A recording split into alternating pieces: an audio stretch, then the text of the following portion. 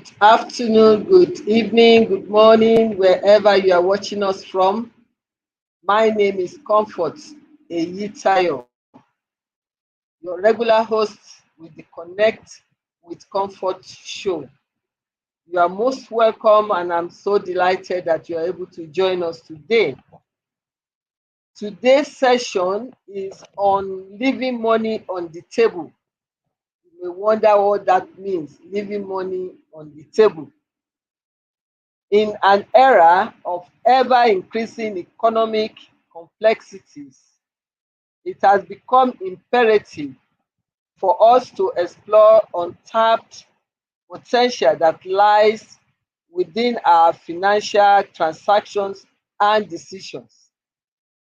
How often do we unknowingly disregard opportunities to maximize our wealth or fail to capitalize on our true value? Today, we are to unravel the layers of this concept to understand the various facets of leaving money on the table and to shed light on the ways in which we can transform this notion into one of opportunity and growth. From personal finance to business negotiations, the theme of leaving money on the table is pervasive and holds significant implication for our financial well-being, both individually and as a society. Without much ado, let's dive into this intriguing world of leaving money on the table. My guest for today is already in the house, so please remain connected while we go on a very short break, as we'll be right back. Thank you. This is gonna make a lot of people sad and probably some happy, but I can't worry about that now. I quit. Fine, call me a quitter. I don't care. I just can't do this anymore. I've changed. You're not to blame. I'm just not the same person you knew before. So, not to be rude at all, but I'm done trying to live up to your expectations and down to them. Basically, I quit being bound to them. I quit following everyone's opinion of what's right for me. I quit holding myself back, living emotionally trapped, and not being who I'd like to be. I quit being loyal to these negative thoughts that have never been useful. I quit letting the guilt of my past get in my path and deprive me of a beautiful future. I quit letting people who have proven it they don't really care about me get to me. I quit hanging out with friends who on most days I couldn't tell you if they're friends or enemies, draining my energy. I quit letting society's expectations and timetables pressure me, direct my destiny and stress me. I quit forgiving everyone else in the whole world except me. I quit wanting the... Welcome back. Thank you for joining us once again. Like I said before the break, our guest is in the house, ready to share a lot of insights Good evening, everyone. on this topic today. Yes. Tobiloba Ajayi is our distinguished guest today. Please join me in welcoming Tobiloba Ajayi. You are most welcome, Toby. Thank you very much for joining us, and we are glad you accepted our invitation to share your experience. Thank you. You're welcome. Thank you so much for having me. Good evening, everyone. Good evening. Good evening. We are looking at the interesting topic of leaving money on the table. Just by saying leaving money on the table, people can read different meanings because you can think of it in different perspectives. So exactly what is leaving money on the table. Before you go into that, let me just give us a brief idea about our guest of today. Toby is an amazing author, advocate, facilitator, disability management professional, and mainstream champion. Tobiloba Ajayi has over 10 years experience working with various organizations in the disability management sector. She is the founder and visionary of Let Cerebral Palsy Kids Learn Foundation. She holds a degree in law and a master's degree in international law. She has authored 7 books, 4 out of which is on cerebral palsy, and she helps families navigate the many nuances of daily living with cerebral palsy. That is the uniqueness of our guest today. She's somebody that thinks so much of humanity to dedicate her life, her passion to it is something of greatness. I applaud you, Toby, and you are most welcome to today's show. Thank you so much, Ma. Thank you so much for having me.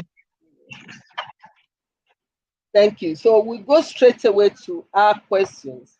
And the first one is to enable us to understand what we mean by leaving money on the table. Like I said in the intro, many people can read different meaning because you can look at it from different perspectives. So what exactly does it mean in business context?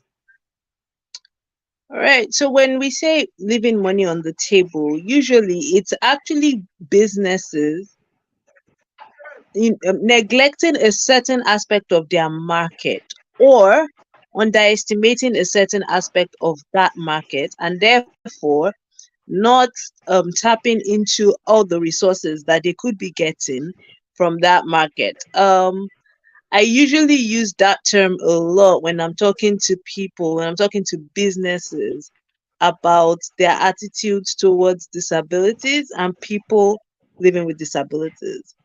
I constantly say to business owners that you need to stop thinking of people with disabilities and their families as only recipients of your CSR or your, charity initiatives, and start thinking about them as potential customers for whom you can, provide services or goods, whatever, wherever you are. If you're a product person, you can provide products. If you're a service person, you can provide services, and they can and do pay for these services.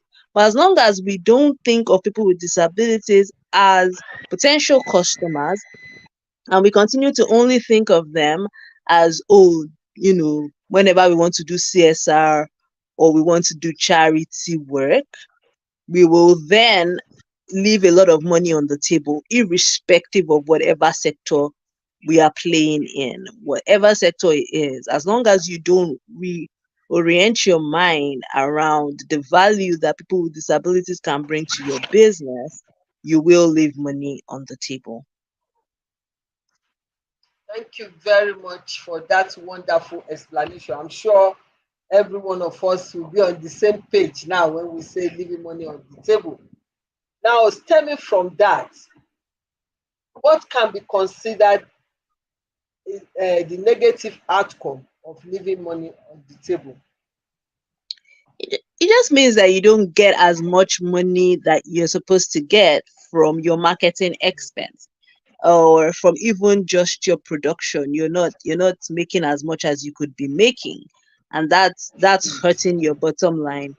And in, like you said in your intro, in this economy where there's so much rise in cost of everything, if you're a service provider or a product, a product marketer, you want to be making sure that you are squeezing the every juice out of every penny that you're spending on that business, and that it is returning as much as it's possible for it to return. So if we continue to neglect a huge size of the market, then we will it's a negative impact on the business, because the cost of doing business is not getting any lower. Very true. Very true. We can do with a little more than we get right now.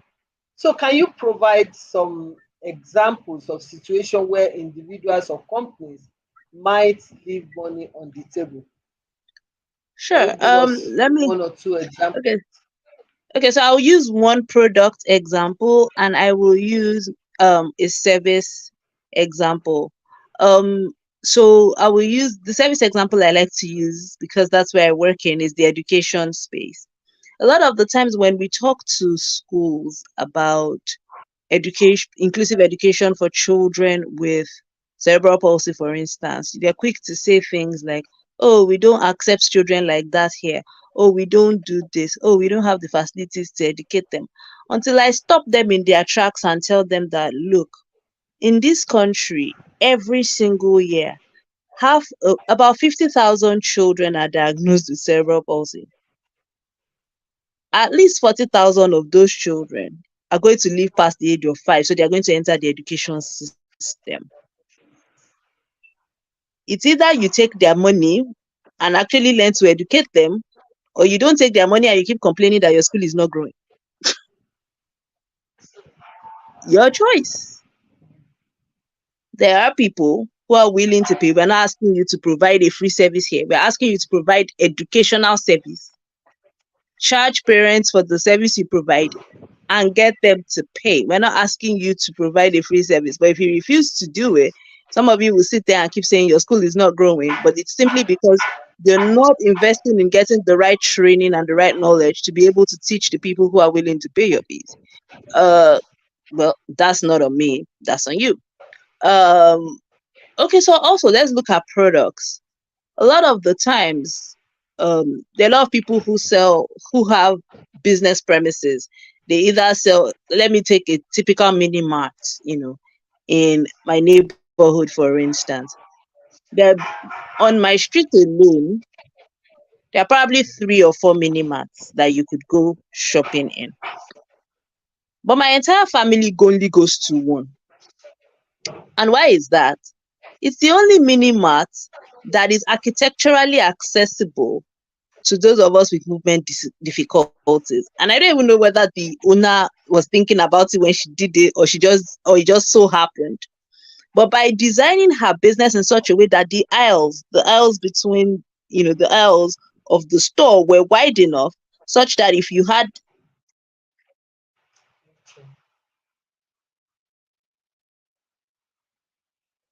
a crutch or even had a wheelchair, you could wheel yourself through the aisles and get to the store. It made it such that every single person in my family actually shops there. And the thing that's interesting to me is that when people call me, or when people move into the neighborhood, or they're my friends, or people are coming to visit and they say, well, I'm looking for where to shop. Where should I shop? I'm quick to say, oh, you should shop at so, so, so, and so mart. So this is somebody who doesn't even, I'm sure she doesn't even know this, but by just building an accessible shopping premises, she's cashing in on that. And so it's important as business owners to just think about how, if our business premises are public buildings, can people with disabilities shop there?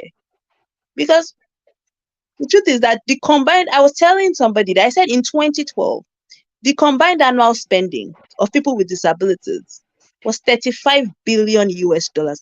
People with disabilities in Nigeria, not across the world. And this was published clearly by the Nigerian Bureau of Statistics. So I'm not making this up actually. Nigerian Bureau of Statistics actually said that the combined annual spending of people with disabilities in 2012, I don't even want to know what's happening in 2023, as far back as 2012, was 35 billion US dollars. And I asked Nigerian business owners, I said, how much of that 35 billion went into your pocket? Did we give it to foreign people because they were the only people who were designing buildings where we could shop at? And so it's important, this in so many ways, whether we're service providers or product designers, for leaving money on the table. I always say, why is it so difficult to find, accessible? Why is it so difficult to find, even just for those who have, any parent here who has ever had a premature baby knows how difficult it is to just find clothes for your baby in those first few months of life. It is not that difficult. You're just not thinking about it. It's the same it's the same fabric and tailor that is designing the clothes for your regular children that would design it. All you had to do is use less fabric. Do you know how many parents would run into that one store if they knew, oh, we could find things for neonates here? All the hospitals, all the Mercy hospitals and the mother and child of this world will refer parents to you. You will smile to the bank every single day, but we're not thinking. So we're constantly leaving money on the table. Quite right. Quite rightly said. Very, very insightful. I'm sure some people are gaining from that. That's just a typical example, and it's applicable to other services and products as well. Yes. Now, with that, what would you think would make people not want to or want to leave money on the table? What would be the reason behind people intentionally or unintentionally leaving money on the table? I think it's because people just don't see it. You know that as a people, we have this mentality around, especially disability and disability issues, and it's this mentality of charity. This mentality of, oh, they need help, we are supposed to give them arms. So I think that mentality is so pervasive. We don't think of people with disabilities as productive members of society that can contribute. So we don't think we should invest in being able to provide products or services for them. And we forget that for one person with disabilities, they probably have a minimum of 4 family members. And if you provide services for that one person, their family members will follow them there. But we don't think about it that way. There's just this That's true. mindset of, oh, these people are just, that they just deserve charity, so let's not bother. And I think that's why we keep leaving money on the table, and we keep losing what's possible, especially in the disability market. Even for employers, I keep saying to them, I've been saying to employers, we've been training employers in the last year, and I've been saying to employers, you are losing. You keep saying you can't find talent. That's because you are not tapping into the talent pool. There's a disability community. There's so many talented, educated, people with disabilities that could do these jobs better than the people you are trying to hire. But you're so focused on the fact that they're disabled that you're not giving them the opportunities to actually show you what they can do, and you are now losing out as a result. So that's the reason why we keep leaving money on the table. It's an attitude thing. Fantastic. Fantastic. Fantastic. It's highly enlightening. I'm gaining one or two tips from what you're saying. Now, how can businesses or people identify opportunities where they might be leaving money on the table? Because, like we are saying, some people may not even know they are doing it unintentionally. They don't know. Exactly. So I always say, think about your current business model. Think about your current customer mapping. Think about, all of the things that surround your business, how you provide your service, how you provide your business, and ask yourselves, who are we leaving behind in how we're currently providing this service? Who is not, look at your customer base and say, who are we not attracting? Yeah. Yes. And then think about how you can then, tweak something to ensure that you're then beginning to attract those people. Interesting. So it's always about just not getting focused on, oh, these are the people we are always targeting. Always think about it. If all your clients are women, you should ask yourself, except you're a woman-focused organization, if all the people that patronize you are women, you should ask yourself why men are not patronizing you, and what is wrong with your messaging or your packaging that is not making men patronize you. So that's how we need to always think about it. Who are we leaving behind? And that will show us places where we might be leaving money on the table. Okay. So I think that will also go on the trail of when we look at strategies and techniques. What Mm-hmm. strategies and techniques can businesses employ to prevent leaving money on the table? Yeah, so first of all, first look at it and say, where can we block leakages? I mean, we've all had this conversation, especially since this subsidy removal has happened. I'm sure many business owners have sat down and said, okay, Telling me, where are the leakages and where can we block it? But it's not just enough to block leakages, it's also to say what markets are we ignorantly not serving and how can we serve them. So it's to ask those questions, it's to look around and look at your current customer base and say what is missing in my current customer base. Who are the people that we're leaving behind? What do we need to do to bring them in? How can we attract them so that they're able to okay, nice. we're able to actually get their patronage? And always, like I always say, never ever discount the disability community. It's 30 million people strong in this country. That's more than the population of some countries. So we should not discount that community at all. So in your packaging, in your messaging, in even how even just our business premises, if it's accessible, then that's an entire market segment that you might be pulling in, and you will have. And the thing about the disability community, I always jokingly say, is we talk to each other. So if somebody finds an accessible business or a business that does good jobs for people with disabilities, we tell each other, oh, shop here, bank here, do this here. These people are good. These people are accessible. These people are, they're empathetic. These people are nice. We end up telling each other, and that word of mouth just spreads. So True. it's important to think about things like that. Yes. Very, very true. Thank you very much. We'll go on a short break now and we'll be right back. Please remain Right. connected.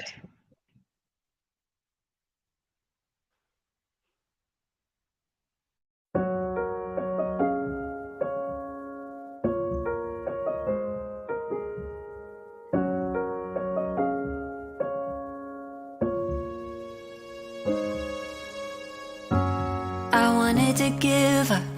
I'm done with all the things I'm going through. I'm trying to keep my head up.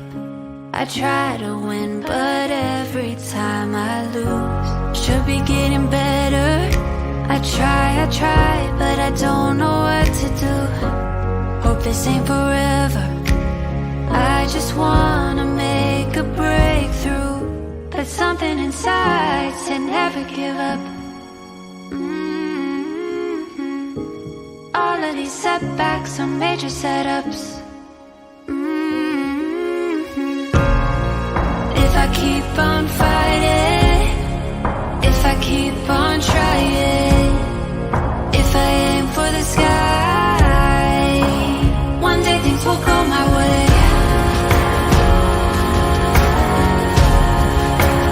One day things will go my way. One day things will go my way. I've gotta hang in. You're welcome back. We are learning quite a lot, and one day it will come our way. We are having those tips as business people and the untapped businesses. Now, we've learned about what leaving money on the table means, and inadvertently how we have been leaving money on the table and businesses leaving money on the table. Now, would you say some businesses are more prone than others to leaving money on the table by virtue of their businesses? And which businesses are those? I would say a lot of product-based businesses. We get so focused on our ideal customer avatar. You know how when you're designing a product, you kind of already have an ideal customer in mind. And people get so focused on that customer avatar that they've designed for their business when they were conceptualizing the business, that they inadvertently leave money on the table. And I'll give you an example. So I had a one of the friends we work with, she runs a business, and her business was basically running a book club for young children. And because in her mind, it was supposed to be a book club, and it was supposed to be a book club for young children. That was our entire customer avatar, and she never stopped to think, is there a way that I'm leaving money on the table here? Is there something I could add to this that could draw in more than just the children?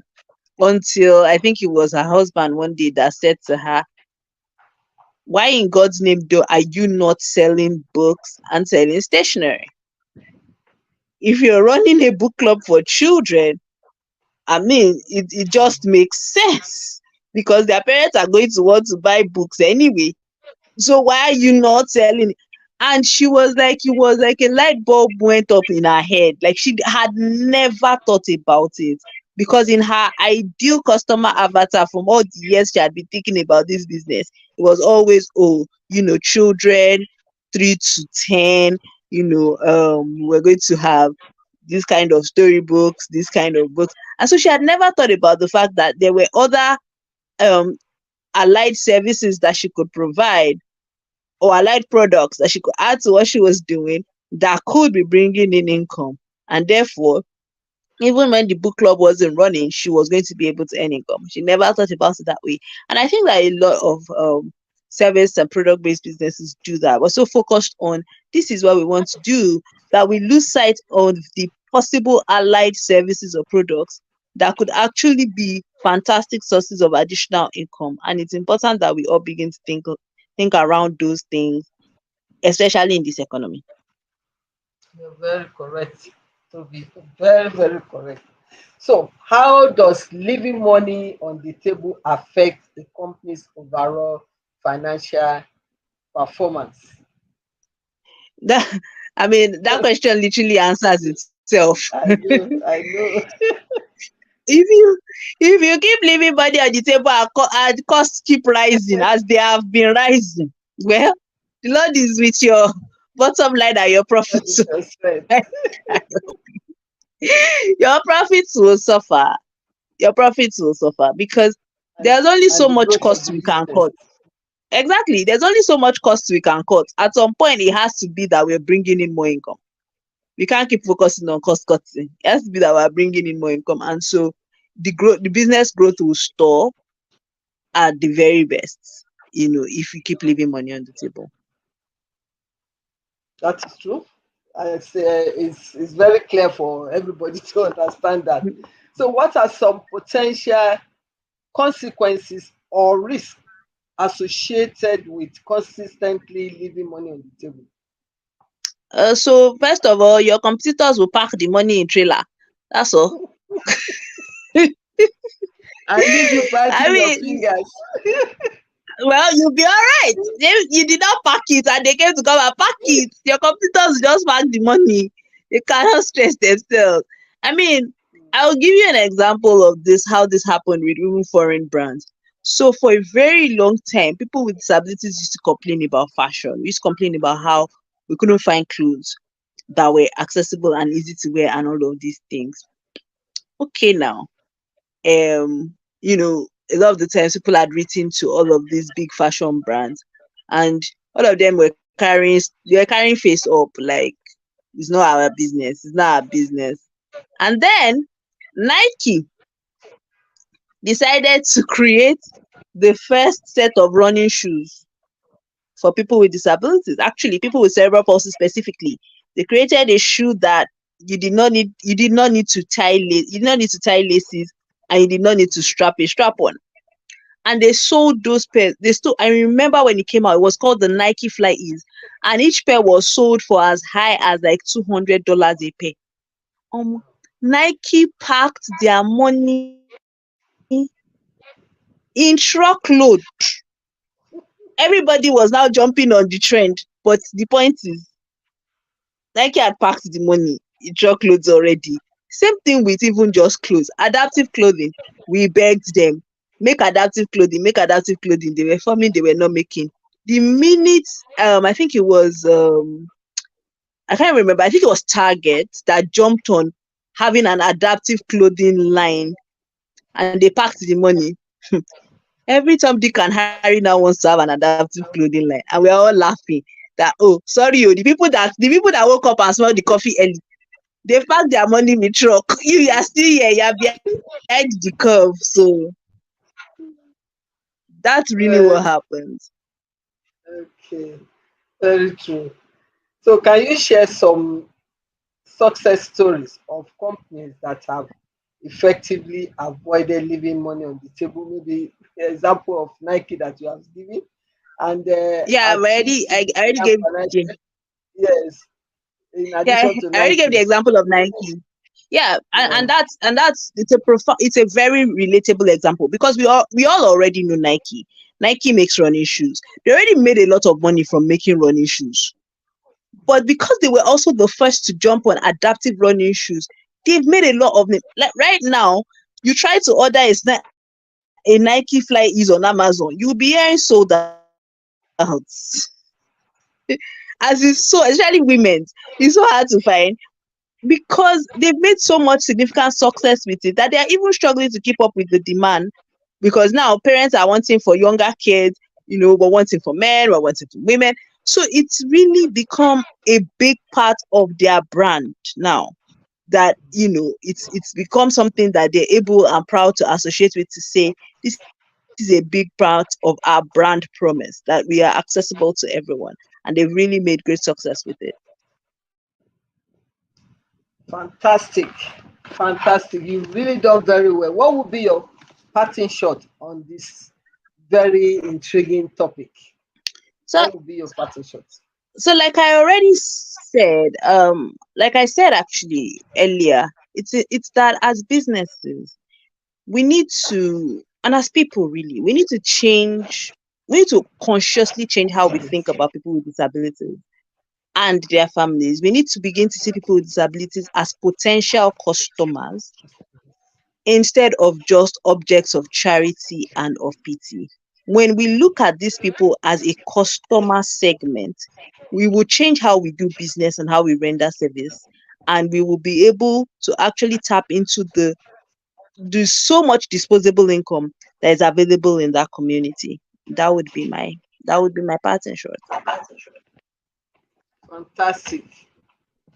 I'm so happy that we've really given a great insight into this very intriguing topic. Much thanks to my distinguished guest of today, Tobiloba Ajayi. Thank you very much. You have done so wonderfully well. I want to Thank you, appreciate ma'am. you again for accepting our invitation and giving us this great insight. I hope next time when we come calling, you will not consider us as Oliver Twist. You oblige us. I'll be glad to be back.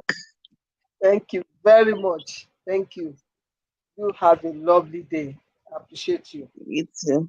So we'll go on a short break and be back for our wrap up session. Please remain connected. Thank you.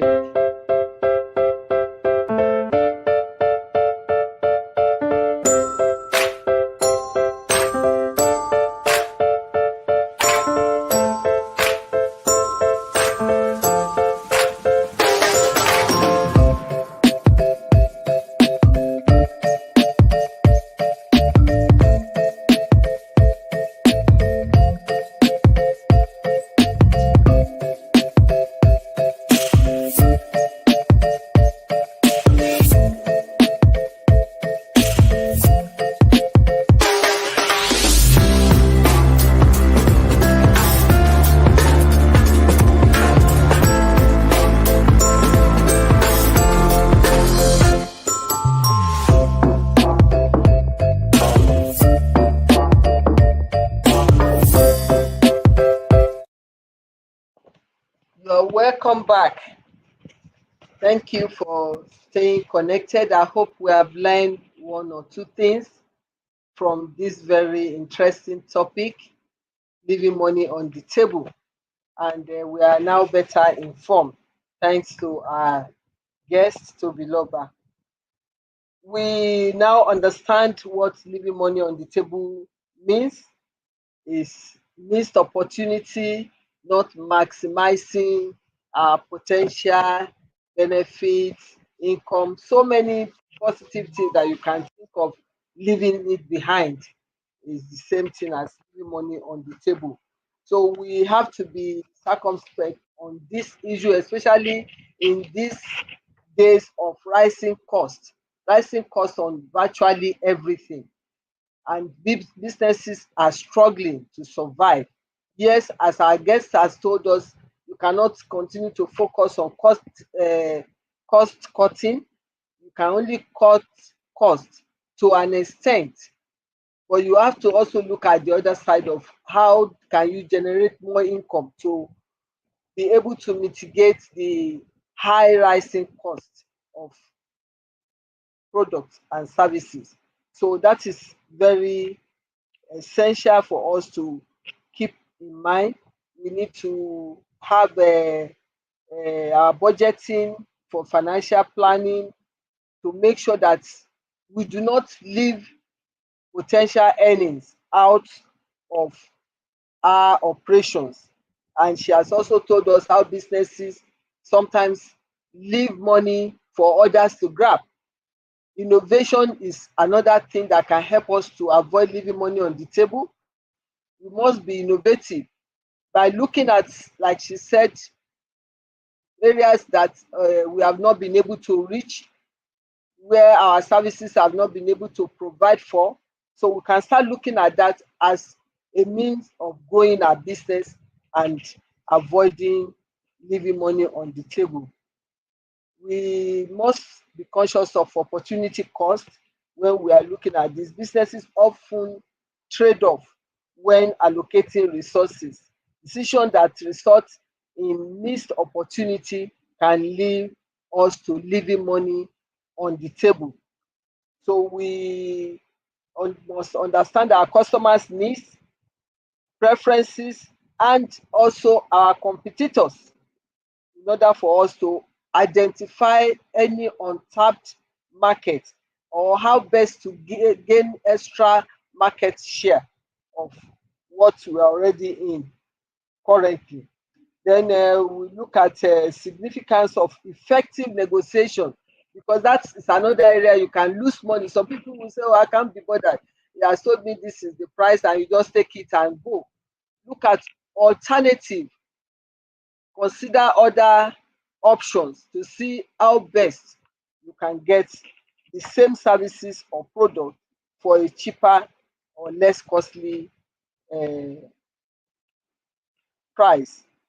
So if we do not have good negotiation skill, we have to build that right now, because poor negotiation tactics or failure to negotiate at all can make us lose money, and that is in a way leaving money on the table. Like in real estate and in real estate investment businesses, poor property valuation. Some people, they just go and buy property. They know, they say property appreciate, and because of that, the first one they come across and somebody just says this amount. If you are able to manage to scale off maybe 1%, 2%, you think you have done very well. Instead of getting a proper valuation that can even save you a lot of money, and if you are the one selling, also proper valuation can increase the amount you are likely to get. So it's important to look at all options to make sure that, one, we are not overpaying for real estate or undervaluing our investment, current investment in real estate, so that we do not end up leaving money on the table, which means losing money. We need to find a way of also diversifying our product and services to make sure that even if certain things happen at a particular time and we are not able to progress much on our initial line, we have other subsidiary or allied line that can support us. She gave an example of a book club, and by just adding stationery, which is an allied line to book club, the business would be better in terms of financial performance. So we need to also look at other allied products or services that we can attach to our businesses that will help us to gain more money and avoid leaving money on the table.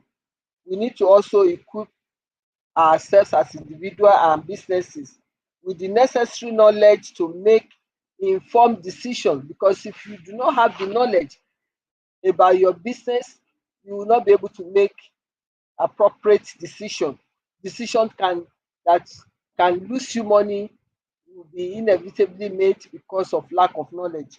So if you don't have the knowledge, nothing lost, you can still gain it.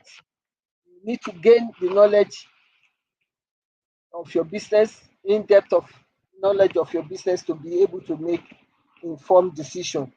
So we need to also promote regular financial reviews and evaluations, and don't just say, oh, okay, I'm making profit. Can you make better profit? So make regular review to make sure that you get the best at all time. So in conclusion, it is essential to reflect on the significance of this principle in our personal, professional, and business lives.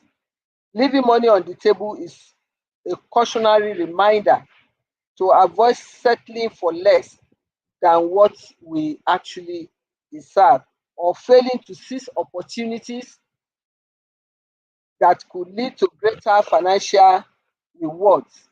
It serves as a reminder also for us to examine our choices, evaluate our options, and make informed decisions that we align with our goals and aspirations.